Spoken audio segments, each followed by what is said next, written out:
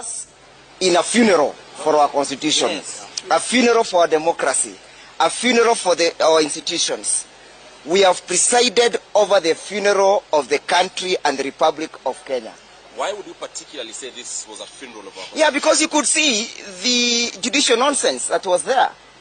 They allow some of the things. They say His Excellency Gachagwa's rights were violated.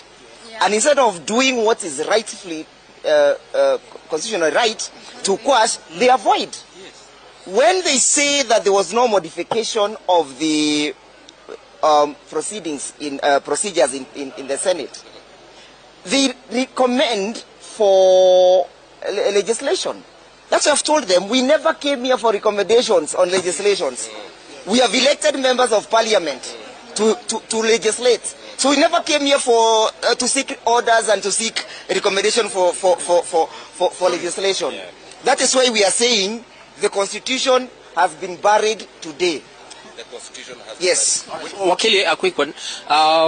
Your client has actually, because you represent other members here, the court said we cannot have two deputy presidents at the same time. We cannot have two.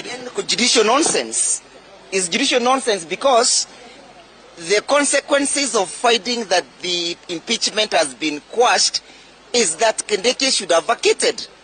I don't know where they got that from. That's why you're calling it judicial nonsense. But you are not pursuing that in the court. You said you're not seeking to go back to office. We are going to the Court of Appeal. You have heard how the court has grossed over the other petitions and just dealt with one petition for His Excellency Rigathi and ended up with judicial nonsense and judicial absurdity.